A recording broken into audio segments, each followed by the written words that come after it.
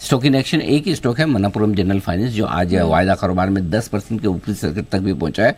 थोड़ी profit booking आई। सोचो पूजा जी, सोचो आप कि अगर ये वायदा कारोबार के बैन में नहीं लाए होते आशीष कल इसे आशीष जी देखिए, आपके लाने की वजह से उसके बावजूद 10% बढ़ा है, नहीं लाए होते तो क्या होता सोचो। एग्जैक्टली सर, क्योंकि नहीं तो बाइंग हो ही नहीं पा रही ना, खाली शॉर्ट कवरिंग हो रही है, नहीं हो रही तो फिर कैश में हो रही तो नेचुरली थोड़ी फर्क पड़ जाता है। सो वायदा कारोबार के बैन में होने के बावजूद स्टॉक में 10% का ऊपरी सर्किट लग गया। क्यों?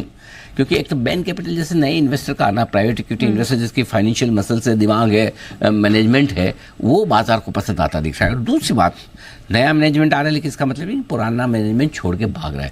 देखो ये बहुत बड़ी चीज़ है। नहीं तो क्या होता है कि इतने बड़े बिजनेस, पुराना ग्रुप है, सोचता है कि चलो छोड़ो, निकलो यार बिजनेस से, दे देते हैं, कोई प्राइवेट इक्विटी फर्म वाला आ रहा है। और प्राइवेट इक्विटी फर्म वाले भी क्या करते हैं, ये चाहते हैं कि पूरा का पूरा बिजनेस हमें मिल जाए, पुराना मैनेजमेंट निकल जाए।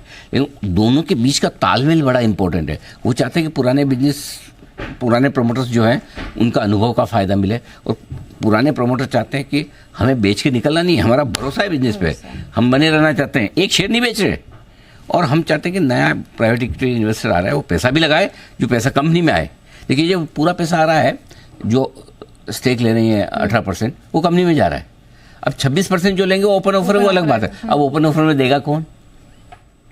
236 का भाव है ओपन ऑफर का, 238 भाव आज ही हो गया, लो दे दो, जिसको देना यही दे दो। करेक्ट? तो कोई देगा नहीं। क्यों? लेकिन 200 है। इसलिए आज सुबह भी अपनी बात हुई, मैंने कहा हो सकता है थोड़ी बहुत प्रॉफिट बुकिंग सेलो न्यूज़ आ जाए तो आ जाए, कोई बड़ी बात। लेकिन आपने अगर हमारे कहने पर 1 जनवरी को, उसके बाद कभी भी, आज कल परसों जब भी आपने लिया हो, बार बार हम इस स्टॉक को इस साल लगातार डिस्कशन करते आए हैं, तो आपको बेचने ही, क्योंकि ये जो 2 बड़े बदलाव हो रहे हैं ना, ये बाजार को बहुत पसंद आएंगे।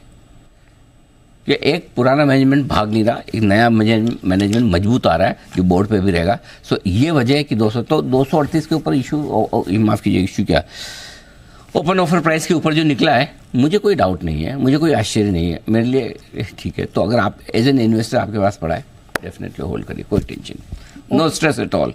और सुबह भी हमने कहा कि इनकेस गिर भी जाए कि थोड़ी बहुत प्रॉफिट बुकिंग आने की वजह से, तो भी डाउन साइड रिस्क लिमिटेड है, क्योंकि सामने ओपन ऑफर है। आप सोचिए 220 के नीचे गए ही नहीं और वहाँ से 240 हो गया, कमाल है। अब ये अलग जोन में, अब क्या होगा, अब 236 धीरे धीरे इसके लिए बेस बन जाएगा। अब ये 220 से 235 की रेंज वो रॉक बॉटम सपोर्ट का टाइप हो जाएगा, और ये गिरने में कम रहेगा, बढ़ने में आगे रहेगा। सो कोई बड़ी बात नहीं अगर ये 2 साल में स्टॉक 3 साल में, जैसा हमने प्रेडिक्ट किया था इस साल की शुरुआत में कि डबल तो होना चाहिए, उसकी तरफ बढ़ सकता है, कोई बड़ी बात।